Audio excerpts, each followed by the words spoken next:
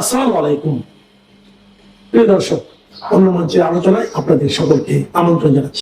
আপা আরো দেখছি একজন সম্মানিত মহিলা এমপি বলতেছেন হাসিনাকে শোয়াইয়া বসাইয়া ইলেকট্রিক চেয়ারে দিতে হবে, নয়তো আমরা যারা প্রোফাইল লাল করছিলাম আমাদের জীবন কালা করে দিবে। আপনি কোনোদিন সংসদে দেখছেন এরকম ইনফর্মাল কথাবার্তা বলতে? আমরা যে লাইভ করি, এটা ধরেন আজকে যদি 5ই আগস্টের আগে হইতো, আমরা জীবনে এই ল্যাঙ্গুয়েজে কথা বলতাম না। আমি বলতেও পারি, কারণ আমি আসলে বেশিক্ষণ শুদ্ধ ভাষায় কথা বলতে পারি না, আমার দম বন্ধ হয়ে আসে, আমি পাবলিক সাথে রিলেট করতে পারি না।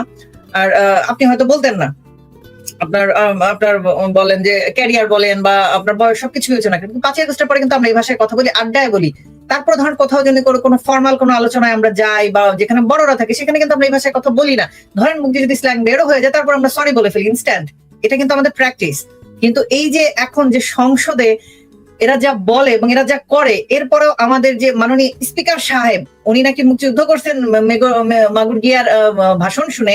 এরকম ডাহা মিথ্যা কথা যে লোক বলতে পারে, সে বলতেছে 17 বছর পরে, ইনফ্যাক্ট মাইন্ড ইট আপা, 1991 সালের পরে এত ভালো সংসদ উনি আর পান নাই।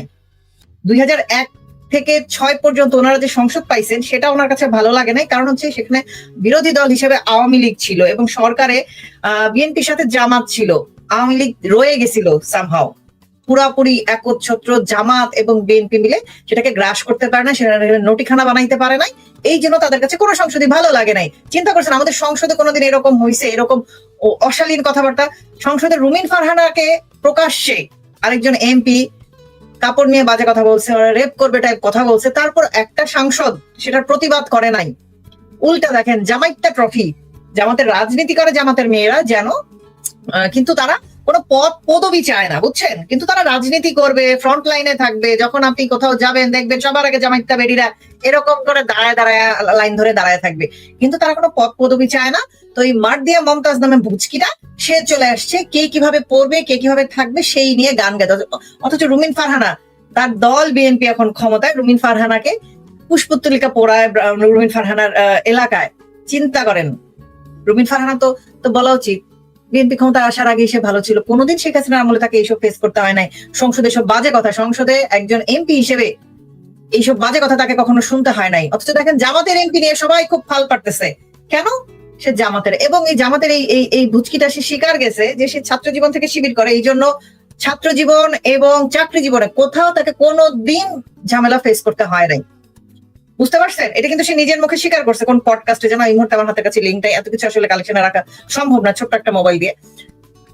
এরা এখন আওয়ামী লীগের, ছাত্রলীগের লাখ লাখ ছাত্রের ছাত্রত্ব, স্টুডেন্টশিপ বাতিল করে দিছে, চাকরি চলে গেছে অসংখ্য মানুষ। এই যে 2 দিন আগে, গতকালই মনে হয় দেখলাম, ঢাবির 4 জন টিচারের চাকরি চলে গেছে, কারণ জুলাইয়ে তাদের অংশগ্রহণ ছিল না এই মর্মে।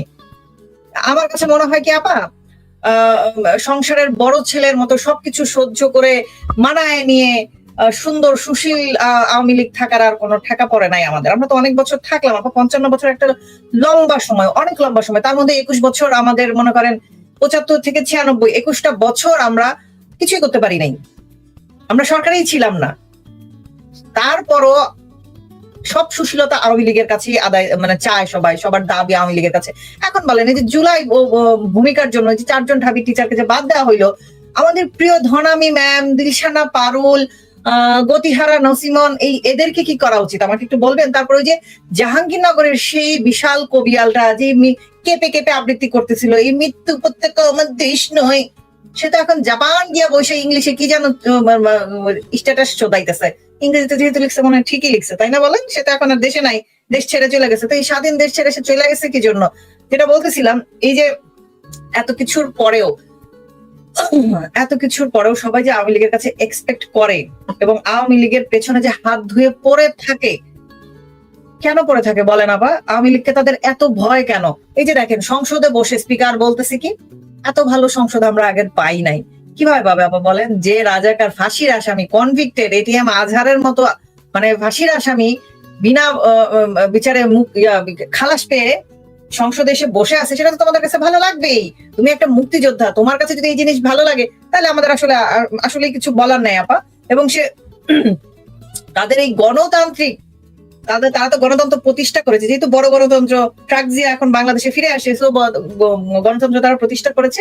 তো সেই গণতান্ত্রিক সরকারের আমলে আর্মি, বিজিবি, পুলিশ নামাইছে তারা আরেকটা রাজনৈতিক দলের কর্মসূচি প্রতিহত করতে। খুবই সুন্দর গণতান্ত্রিক আচরণ, তাই না আপা? আমরা তো এরকম আচরণ মনে করেন আওয়ামী লীগের আমলে প্রচুর দেখছি। বিএনপি কে মাঠে নামতে দেয় না, আর্মি টার্মি নামায় আটকায় রাখতো না, কিন্তু তারপর আমরা দেখতাম দিনের পর দিন রিজবি, কেচিগেট রিজবি নাম হয়ে গেছিল, যার কেচিগেটের সামনে বসিয়ে আছে 4-5 জন লোক নিয়ে, এমন কি বলবো কলিজাওয়ালা একটা দল আপা। কেচিগেট রিজবি 4-5টা লোক নিয়ে চোরের মতো মাথায় একটা চাদর দিয়ে, ইন্ডিয়ান একটা চাদর, ডেফিনেটলি ইন্ডিয়ান একটা চাদর মাথায় দিয়ে বসে থাকতো। আজকে তারা এখানে এখন ধোয়া তোলে, দিল্লি না ঢাকা, দিল্লি না ঢাকা। বুঝতে পারছেন? এই হয়েছে এদের চরিত্র। এদের আসলে কোনো মানে আপনি যেটা বললেন, এদের কোনো রাজনৈতিক এজেন্ডা নাই, আদর্শ নাই। এদের একমাত্র আদর্শ হচ্ছে আওয়ামী লীগ বিরোধিতা, বাংলাদেশের স্বাধীনতার বিরোধিতা। যারা মনে করেন চক্ষু লজ্জায় জামাত করতে পারে না বা জামাতে জয়েন করতে পারে না, আমি সবসময় এটা বলি, যারা চক্ষু লজ্জায় সরাসরি বলতে পারে না আমি জামাত করি, তারা অপশন হিসেবে বিএনপি করে।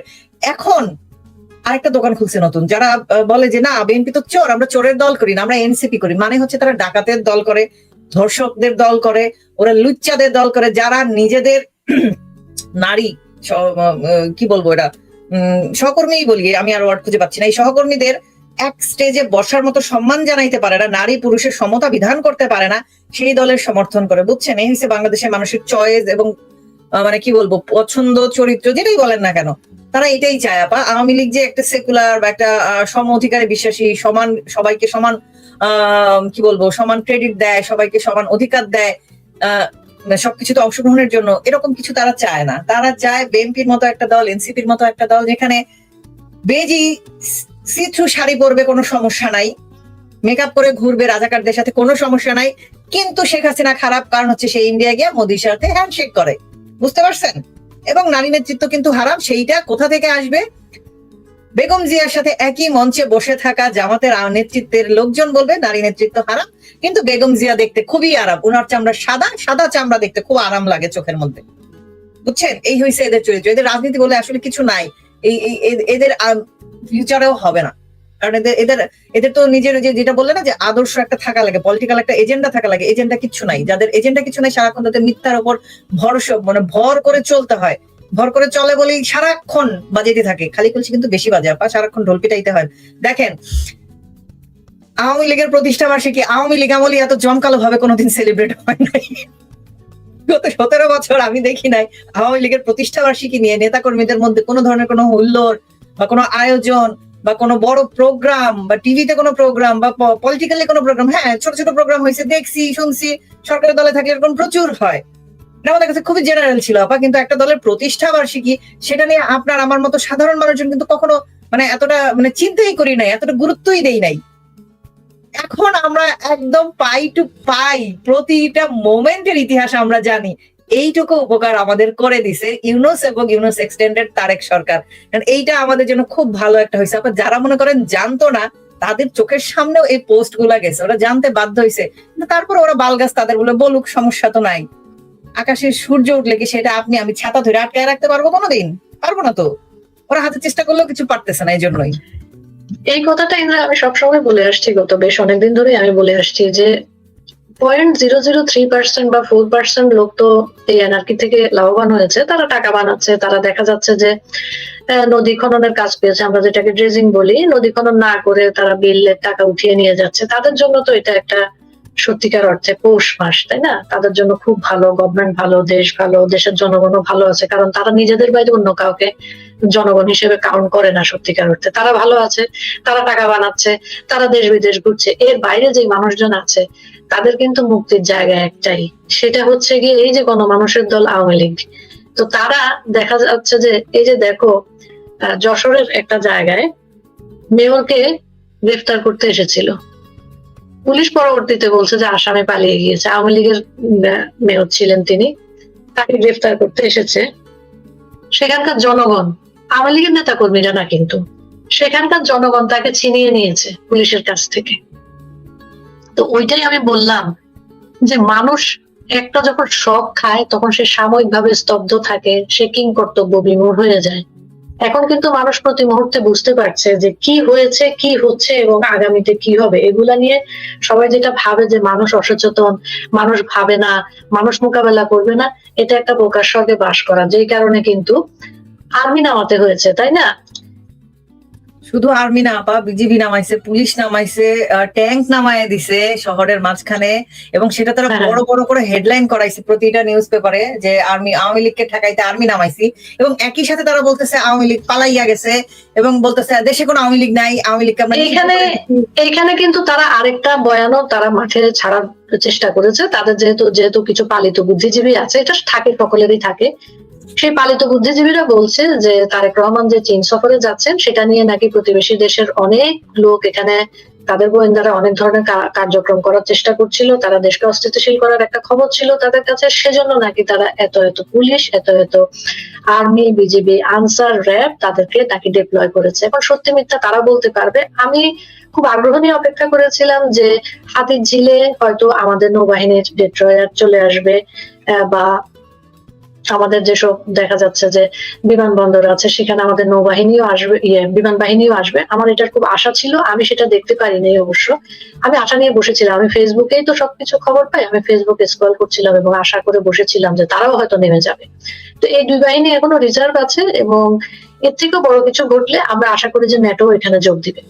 যেটা আমাদের আশা, আমাদের দেশটা আন্তর্জাতিক অঙ্গনে দেখা যাবে যে আরো তাদের খোঁজ খবর আসবে। কারণ রয়টার অলরেডি নিউজ করেছে যে আওয়ামী লীগের প্রতিষ্ঠা বার্ষিকী উপলক্ষে আমাদের দেশে কি ধরনের আয়োজন চলছে সরকারি পর্যায় থেকে, সরকারের না থেকেও কিভাবে আওয়ামী লীগ সরকারে আছে সেটা নিয়ে কিন্তু রয়টার্স একটা। আওয়ামী লীগ তো বিরোধী দলেও নাই আপা, আমি সেটাই বলতেছিলাম, ওদের একমাত্র কাজ হয়েছে আওয়ামী লীগকে ঠেকাও। কারণ ওরা তো জানে ওরা যে রাষ্ট্রদ্রোহী অপরাধ করছে, এটা তো ওরা খুব ভালো মতো জানে, প্রত্যেকে সেটা খুব ক্লিয়ারলি বুঝতেও পারে। যে দেখেন 2 দিন পর পর এক একজন কান্দাকাটি শুরু করে দেয়। আমি প্রথমে যেটা বলে ফেলছি একদম শুরুতেই, যে সবাই একজন আরেকজনের ধাক্কা দিয়ে ক্রেডিট ছেড়ে দিচ্ছে, আরেকজনের ডিশোল্ডারিং করতেছে যে না আমি করি নাই কিছু, সে করছে, আমি কিচেনকে মেরেছিলাম, সে ছিল।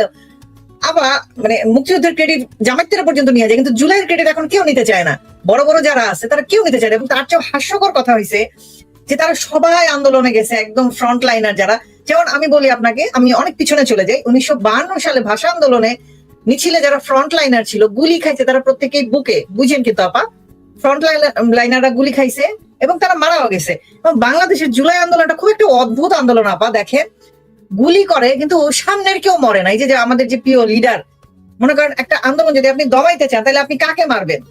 ওই রংপুর বেগম রোকেয়া বিশ্ববিদ্যালয়ের নাম নাই, চিনি না, জানি না, মানে একটা গানজুটি ইয়াবাখোর একটা সন্ত্রাসীকে আপনি চিনবেন? বলেন কিভাবে চিনছেন? যখন সে রাবার বুলেটে মরে গেছে। কারণ আমি তো মনে করেন পুলিশ ফ্যামিলি থেকে আসি নাই, তারপরে যেটুকু আমার জ্ঞান বুদ্ধিতে কুলায়, যেহেতু আমার হাজবেন্ডের একটা সফট আর্মস ছিল, স্মল আর্মস, তো আমি এই জন্য জানি যে রাবার বুলেট আসলে কেউ মরে না। রাবার বুলেট যদি তাকে মরতে হয়, ধরেন ছোট মানুষ যাদের হার্টে সরাসরি লাগতে পারে, চোখে লাগতে পারে, বা ছেলেদের রিপ্রোডাক্টিভ অর্গানে লাগে, ওইভাবে মানুষ মরে যেতে পারে। কিন্তু একটা মানুষের মানে বুকে রাবার বুলেট লেগে মাথা দিয়ে ব্লিডিং হয়ে কি করে মানুষ মরে যায়, এই সায়েন্সটা আমি আজও বুঝতে পারি না। আমি একজন ফার্মাসিস্ট হয়ে এই সায়েন্স আমার মাথায় ঢোকে না। তো যাই হোক, যেটা বলতেছিলাম, একটা আন্দোলন দমাইতে হইলে আপনি কি করবেন? দেখবেন নানান সময় গার্মেন্টস এর আন্দোলন যেগুলো হয়, যৌক্তিক হোক অযৌক্তিক হোক যেটাই হোক, দেখবেন টপ টায়ারের 1-2 জন হাপিস হয়ে যায়। যেটা যে কেউই করুক, হাপিস কিন্তু হয় টপ টায়ারের একজন। একদম মিছিলের শেষ প্রান্তে যারা থাকে তারা কিন্তু কখনো টার্গেটেড হয় না। সেইখানে আমাদের এই প্রিয় গুলাই আন্দোলনে দেখলাম আমাদের রাতের অন্ধকারে হেলিকপ্টার দিয়ে গুলি করে ঘরের ভেতর থাকা বাচ্চা মরে গেল, মহিলা মরে গেল, শিশুর কিশোররা মরে গেল, এবং মিছিলে হাজার হাজার মানুষের মিছিলে টার্গেট হইলো কি মাঝখানের একজন, আশেপাশে কারোর গায়ে একটা আঁচড়ও কাটলো না। বুঝছেন না এটা কি ধরনের গুলি? তুমি এখানে আরেকটা পয়েন্ট ভুল করে গেছো, সেটা হচ্ছে যারা যারা মাঝখান থেকে মারা গেছে তারা আবার ফারুকের কাছে চিঠি লিখে মারা গিয়েছে। Sorry, my mistake. এবং এটা খুবই সুন্দর একটা ব্যাপার, প্রত্যেকে আবার যারা মারা গেছে তারাই চিঠি লিখে গেছে, যারা ফিরে আসছে তাদের কিন্তু কোনো চিঠি আমরা পাই নাই। কেউ বলতে পারে নাই যে আমরা চিঠি লিখে গেছিলাম, ভয় ছিল, মরেও যাইতে পারি, কিন্তু এখন এই চিঠিটা আর কোনো কাজে লাগবে না। আপনার আমাদের বিয়ের কার্ডটা পর্যন্ত মানুষ ছাপায় না, বিয়ের কার্ডটাও ভার্চুয়াল দেয়, সেটা হচ্ছে হোয়াটসঅ্যাপে, ভাই আমার বিয়ে আইসেন, কিন্তু ও মরার আগে ফারুকের কাছে চিঠি লিখে গেছে। হ্যাঁ, এবং এক একজন এত মেধাবী ছিল, এক একজন মনে করেন ডাক্তার হইতে পারতো, একজনে দেখলাম কি জানি পলিটেকনিক্যালে পড়তো, কিন্তু সে আসলে ডাক্তার ইন্টার্নি, মেডিকেল ইন্টার্নি ছিল, বুঝছেন? ইন্টার্নশিপে ছিল, সেখান থেকে গোলাইগুদ্ধে চলে গেছে, কিন্তু তার পরবর্তীতে পাওয়া গেছে যে সে পলিটেকনিক্যালে পড়তো। মানে চমৎকার মেধাবী আমাদের। তো যেটা বলতেছিলাম, এক একজন চিঠি লিখে গেছে, সেই চিঠির ভাষা এতই সুমধুর আপা। মনে করেন আমাদের আমলে আমরা যখন ছোটবেলায় পড়ছি যে ক্ষুদিরাম বলেন বা সুভাষচন্দ্র বসু, ওনারা তো বেশি পড়াশোনা করেন, ওই আমলে তো মনে করেন অনার্স মাস্টার্স তো এটা মানে কোনো ব্যাপার, মানে মানুষের স্বপ্নেও থাকতো না। ওরা এন্ট্রান্স, যেটাকে মেট্রিক বলে, এই টাইপের পাশ করে ওনারা যে সুন্দর হাতের লেখা এবং যে সুন্দর শুদ্ধ ভাষায় 2 লাইনের চিঠিও লিখতেন, সেগুলোর মধ্যে যে ভাষাগত সৌন্দর্য ছিলাম সেগুলো বাদ দিলাম। এরা চিঠি লিখে গেছে, 2টা লাইন শুদ্ধ করে লিখতে পারেনি। এত মেধাবী ছাত্র পোলাপান গেছে এই মেধার না কোটা আন্দোলন করতে, বুঝতে পারছেন? না, এখানে তো আছে, এখানে একটা ব্যাখ্যা আছে। তাদের মানসিক অবস্থা তখন এমন ছিল যে তারা তখন মনে যা এসেছে তাই লিখে গিয়েছে। আর 7 পাতা রচনা লিখে রেখে গেছে এক একজন। এত খারাপ মানসিক অবস্থা। আমি তো মানসিক অবস্থা খারাপ থাকলে মনে করেন 2 ওয়ার্ডও লিখতে পারি না, কিছুই লিখতে পারি না। যেমন আমি যখন সিজারের পর ওটি থেকে বের হয়েছি, আমি তো তখন বডি যেহেতু শেখি ছিল, আমি কিছু লিখতে পারি না, আমি শুধু রিয়েক্ট করতে পারতেছিলাম। এবং তখন মানুষজন আমাকে কমেন্ট করতেছিল যে আপা আপনি ফেসবুকে থাইকেন না, মানে বুঝতে পারতেছেন। এবং তারা যাচ্ছে যুদ্ধে, তারা নাকি মানসিক অবস্থা এত খারাপ, 7 পাতা এক একজন রচনা লিখে গেছে। যাই হোক, যেটা বলতেছিলাম, এই যে এক একজন যে এই টপ টাইপ থেকে কেউ না গিয়ে এই অন্ধকারে, মানে আমি বুঝলাম না, আমার বাসার লেভেলে যদি হেলিকপ্টার আসে সেই সাউন্ড আমি শুনবো না? এমন কোন হেলিকপ্টার দুনিয়াতে আবিষ্কার হয় নাই যেটার কোনো সাউন্ড নাই। এরকম আবিষ্কার হয়েছে বা আপনার জানা মতো? আপনি তো আমার চেয়ে বেশি স্মার্ট, আমি এরকম জানি না যে আবিষ্কার হয়েছে কিনা যে হেলিকপ্টার আসবে। অবশ্যই হয়েছে। এই ওদের যদি চাঁদে ওদের সাইডকে দেখা যেতে পারে তাহলে শব্দবিহীন হেলিকপ্টারও আবিষ্কার হয়েছে, ওরাও যেহেতু বলছে। আরো ইস্যু আছে, গুলি চলতেছে মিছিলের মধ্যে, 5 তলায় 7 তলায় মানুষ মরে গেছে, সেগুলা নিয়ে তারা বলছে যে দেখো আমাদের আন্দোলনকারী মরে গেছে। টপ টায়ারে কিন্তু কেউ মরে নাই। দেখেন, যারা ফ্রন্ট লাইনার ছিল এবং যাদের বডি ল্যাঙ্গুয়েজ নিয়ে সারাক্ষণ ফেসবুক একদম মানে একদম কি বলবো ভেসে যাচ্ছিল যে হ্যাঁ এরা বডি ল্যাঙ্গুয়েজ করে, কোড ল্যাঙ্গুয়েজ দিয়ে মেসেজ দিচ্ছে জনগণকে, এই করো সেই করো, ব্যাপক মেধাবী জাতি। সেই মেধাবী জাতি এখন এসে কিভাবে বিশ্বাস করে যে রাস্তাঘাটে ঘুরে বেড়াচ্ছে, তারা খুঁজে পাচ্ছে না? সেই জুলাই তো তারা ধরে ফেলছিল। আমাদের একজন প্রবল জুলাই যোদ্ধা, সে বোরকা পরে হাঁটতে গেছিল, সেই মেয়ে দেখলাম AK-47 ওলা একটা ধরে ফেলছে। Oh my God, I am so amazed আপা যে আমাদের মেয়েরা এত আগায় গেছে। সেই মেয়েদেরকে এখন দেখে এনসিপিরা নিচে বসায় রাখে, স্টেজে ওঠার পারমিশন দেয় না। আমি একজনকে দেখলাম এটা নিয়ে লিখতে যে এনসিপি নেত্রীরা এটাতেই খুশি, কারণ ওদেরকে ঘর থেকে বের হইতে দিচ্ছে, এই পারমিশনে ওরা খুশি হয়ে গেছে। তুমি আরো জিনিস মিস করছো। তুমি আমাদের ইলিশ উপদেশটা, ওই যে মাছের যে প্রজনন নষ্ট হয়ে যাচ্ছিল পদ্মা ব্রিজ হওয়ার কারণে, ফরিদা আবার স্ট্যাটাস মিস করেছো। উনি কিন্তু এটা তীব্র প্রতিবাদ জানিয়েছেন, খুব কান্নাকাটি করছেন। হ্যাঁ, কেন কান্নাকাটি করছেন? তাকে কিচেন ক্যাবিনেটে নাই দেখে? সেও না ছিল না, মেয়েদেরকে নিচে বসিয়েছে, সেজন্য উনি খুব কান্নাকাটি করেছেন। উনি ছিলেন হচ্ছে জামাত শিবিরের উপদেষ্টা পরিষদে, উনার জামায়ের নেতৃত্বে জামাত শিবিরের সাথে আন্দোলন করেছেন, বাংলাদেশটাকে ধ্বংস করেছেন। এখন নারীদের যেটা হবে তারা জানতেন, যখন নারীদের জন্য গত বছর যখন সংস্কার প্রস্তাব দেওয়া হলো, তখন এটা নিয়ে অনেক আজে বাজে কথা বলা হয়েছে, তাদেরকে ফ্লেশ ট্রেডার বলা হয়েছে। এটা নিয়ে তারা নাটক ফাটকও করে রাস্তায় নামার একটা নাটক করেছে। এখন উনি আবার গম্ভীরাস্ত্র বিসর্জন দেওয়া শুরু করেছে। ওনাদের এই যে নাটক, ওনারাই কাজটা করে, ওনারাই আবার এটা প্রতিবাদ জানায়। পুরা মাঠটা ওনাদের দখলেই থাকে। যাদের সত্যিকার অর্থে কিছু বলার আছে, যাদের দাবি দেওয়ার আছে, তারা যেন মাঠে ইন করতে না পারে। এই যে একটা পুরানো পদ্ধতি ওনাদের, এটা আসলে ওনাদের এবার অতিক্রম করা দরকার। কারণ আমাদেরও তো বয়স হয়েছে, আমাদেরও তো এটা লাগে, মানে শান্তি চলে এসেছে, ক্লান্তি চলে এসেছে নাটক দেখতে দেখতে। তোমরাই সাম্রাজ্যবাদের দোসর, তোমরাই সাম্রাজ্যবাদ থেকে টাকা খাও, তোমরাই আমেরিকার থেকে টাকা খাও, তোমরা আবার সারাদিন সাম্রাজ্যবাদ বিরোধী আন্দোলন করতে থাকো। এই মিথ্যাচার, এই দ্বিচারিতা, এই যে কন্ট্রাডিক্টরি আচরণ, মানুষকে বিভ্রান্ত করা, মানুষের মনোমগজ নিয়ে খেলা অনবরত, এগুলো সত্যিকার অর্থে বন্ধ করা দরকার। তুমি জামাত করো, তুমি এটা সরাসরি বলতে পারো না কেন? তুমি আমার সাথে চলো কি কারণে? লিবারেলের ভেগ ধরে? তোমার তো দরকার নাই। তুমি একজন অন্তরে জামাতি, তুমি মুসলিমও না অমুসলিমও না, তুমি আসলে জামাতি। তুমি মওদুদিবাদের ধারক ও বাহক, তুমি ওয়াহাবিজমের ধারক ও বাহক। তুমি দেশ চাও না, তুমি গণতন্ত্র চাও না, তুমি নারীর অধিকার চাও না। এগুলো সত্যিকার অর্থে বলে দিলেই তো হয়, আমাদের লড়াইগুলো অনেক সহজ হয়ে যায়। তুমি ফরিদা আক্তার, তুমি উপদেষ্টা ছিলা, তুমি এদের সকল কিছুর অংশীদারিত্বে ছিলা। তুমি এখন ফেসবুকে এসে মানুষকে বিভ্রান্ত করছো। তোমাদের লজ্জা লাগে না? কদিন পরে তো মরেই যাবা, মরার তো বয়স হয়েছে, লজ্জা লাগা উচিত তো, কোনো শরম নাই। কম বয়সে মরে যাবে বাবা, মহিলাটার এখনো বিয়ে হয় না, আপনি এইভাবে বললেন। আমি ওইদিকে যেতে চাই না, ওটা তোমার এরিয়া। না, আমি কেন বলবো না, এরকম এই যে এখানে আমাদেরকে যেসব কথা বলতেছে সেই হিসাব ধরে বলতে হয়। এরকম একটা লিভ টুগেদার করা নোটিকে তোরা উপদেষ্টা হিসেবে মাইনা নিছিস, সেই উপদেষ্টা বলছে আমার দেশের মানুষ আগে ইলিশ খাবে, তারপর আমরা রপ্তানি করবো। পরের সপ্তাহে সুসুর করে ভারতে 5,000 টন মেট্রিক টন ইলিশ পাঠায় দিছে, যেটা শেখ হাসিনা 17 বছরেও পাঠায় নাই। এবং তখন কি বলছে, আমি আসলে এটা জানি না, এটা না বাণিজ্য উপদেষ্টার জানার কথা, আমার পক্ষে এটা জানা সম্ভব না। মাছ তোর দোকান থেকে যাইতেছে, তুই জানিস না। মানে এই যে এটাই আমি বলছিলাম একটু আগে, যে আপা এরা সবাই নিজের কাছ থেকে ঝামেলাগুলো ব্যাগেজ ঝেড়ে ফেলে দিচ্ছে, যে আমি দায়ী না, আমি জানি না। কিন্তু এইটা পুরাটাই ওদের একটা চক্র, যেটা আপনি বললেন যে এরাই নিজেরাই নিজেদের স্টেজ সাজায়, নিজেরাই প্রতিবাদ করে, নিজেরাই ভিকটিম সাজে। কেন বললেন? এই যে ওরা যে ডেড বডির কথাগুলো বলে, আমি আবার এখানে ফেরত যাই, বললে দেখেন লাভটা কিন্তু ওদেরই হয়েছে। ডেড বডিতে আওয়ামী লীগের কিন্তু কোনো লাভ হয় না। আওয়ামী লীগ যদি ডেড বডি চাইতো, তাহলে তো টপ টায়ার গুলাকে ফেলতো, দে আর ইজি টার্গেট। এবং তারা কিন্তু ডিবি অফিসেই ছিল, সহজে ক্যাপচার করা যেত। তাই না করে সেই রংপুরে গিয়ে আওয়ামী লীগের কেন মানুষ মারতে হবে? আমাকে একটু লজিক বোঝান। লজিকটা কি? এত পরিশ্রম করে কেন খাইতে হবে, যেটা হাতের কাছে আছে, সহজ, চোখের সামনে। এই যে আমাদের প্রিয় উমামা, আবদাল্লাহ, তারপর হচ্ছে এটাকে নুসরাত, যে এমপি হয়ে গেছে এখন। মনে করেন যে মেয়েটা আগে টিএসসি তে কাপড় পরার স্বাধীনতা চাইতো, সেই সংসদে এখন রুমিন ফারহানাকে যখন অপমান করা হয়, তখন তার কোনো সে থাকে না। টিএসসি তে ব্লাউজ চালাচ্ছে, ঘুরে বেড়াইছে, এই ফুটেজ আছে। এবং এটা দেখার পর এখন বট বাহিনী এসে বলে এগুলো নাকি ফেক। এই ভিডিও তো আমাদের নিজের চোখে দেখা, বা 22 সালের কাহিনী, এটা বেশি দিন আগের না, পুরান হয়ে যায় নাই। ডিজিটাল ফুটপ্রিন্ট খুব খারাপ জিনিস। ওরা মনে করেন এত সব এখন কি করবেন বলেন? ওদের যদি 2 কান কাটা হয়, তো রাস্তার মাঝখান দিয়ে চলবে, তার তো লুকানোর কিছু নাই।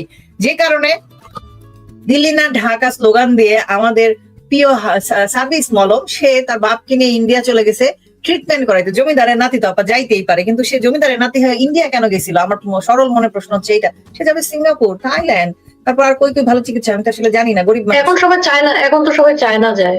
ও হ্যাঁ, আজকেও একজন এমপি বলতেছে, দেখলাম যে চায়নাতে ডায়ালাইসিসের ভালো ট্রিটমেন্টের ব্যবস্থা ওনারা করতেছেন, চায়নাতে মানুষ সহজে যাবে। আমার বুঝে এটা